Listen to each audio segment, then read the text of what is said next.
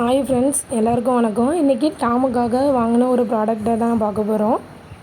எல்லாருமே யூடியூப்பில் நிறைய பார்த்தோன்னா டாகுக்கு இந்த மாதிரி தான் யூஸ் பண்ணுறாங்க, அதோட முடியை வர்றதுக்கு. ஸோ நானும் ஃப்ளிப்கார்ட்டில் ஆர்டர் போட்டு வாங்கியிருக்கேன். இதோட ரேட்டு வந்து 280. அதுக்கு இது ஒர்த்தான்னு பார்க்கலாம். ஓகே, ஃபஸ்ட்டு ஹேண்ட்லிங் வந்து ஓகே நல்லாவே இருக்குது. அதில் காட்டுற மாதிரியே இருக்குது. ஆனால் இவனுக்கு நம்ம வாரும்போது எப்படி வருதுன்னு ட்ரை பண்ணி பார்க்கலாம் வாங்க. இப்போ டாமுக்கு வாடுறோம்.